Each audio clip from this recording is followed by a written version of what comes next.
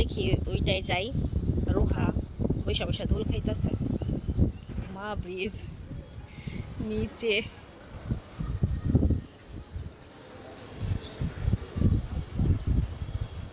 এখানে তো এটা রিক্সা দিচ্ছে বসার জন্য, ওই যে দোলনা, এটা সুইমিং।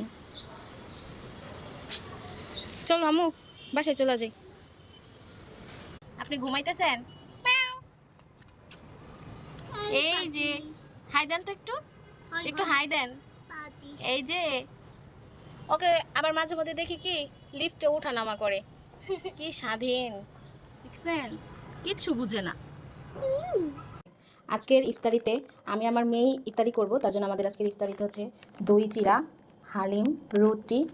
আমার মেয়েরও তাই, ওর শরবতটা হচ্ছে ট্যাং আর একটু লেবু দিয়ে করছে, আর আমারটা হচ্ছে চিয়া সিড, তোকমা, ইসবগুলের ভুসি, আর একটু খিচুড়ি রান্না করছি, মুগ মসুরি, খেসারি, আর একটু ছোলা রান্না ছিল আর কি, ওইটা দিয়ে হাতে মাখা একটু নরম নরম করে খিচুড়ি রান্না করছি। এই হলো আজকে আমাদের মা মেয়ের ইফতার, আলহামদুলিল্লাহ।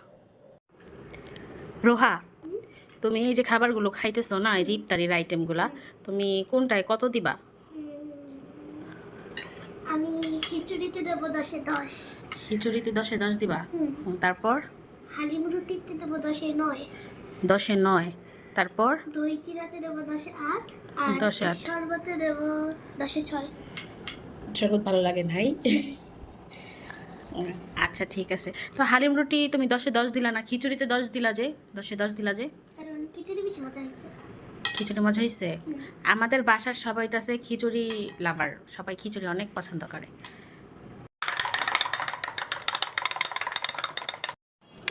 রোহা, এটা কি বানাইছো আম্মু? স্ট্রবেরি মাখা। স্ট্রবেরি মাখা? এটাতে কি কি দিছো? স্ট্রবেরি, মরিচ আর লবণ। স্ট্রবেরি কেটে নিছো? অনেক সুস্বাদু হয়েছে, অনেক ধন্যবাদ তোমাকে এত সুন্দর। আমার মেয়েটা স্ট্রবেরি মাখা করছিল, ওটা খাইছি, ওটা অনেক মানে ঝাল হয়েছে, আমার কাছে অনেক ভালো লাগছে খাইতে। আর এখন মসজিদ থেকে খাবার দিয়ে গেছিলো আমাদের ইফতারের সময়, দেখি কী দিছে, বিরিয়ানি, মোরগ পোলাও দিছে, আর একটা পানির বোতল দিছে।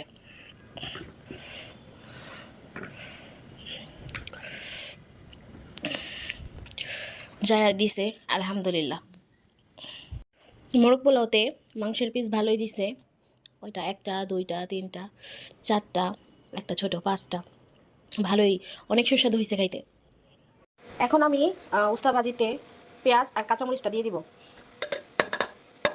আমি এইভাবেই ভাজি করি, শাশুড়ি মার থেকে শিখছি।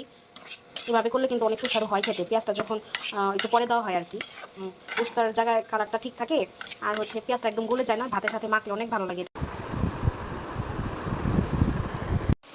দেখতে পাচ্ছেন কি ঝরঝরা হয়েছে, এই দেখেন অনেক ঝরঝরা হয়েছে। এরকম আমি যেভাবে ভাজি করছি এভাবে ভাজি করে দেখবেন, অনেক ঝরঝরা হয় খেতে, এই দেখেন।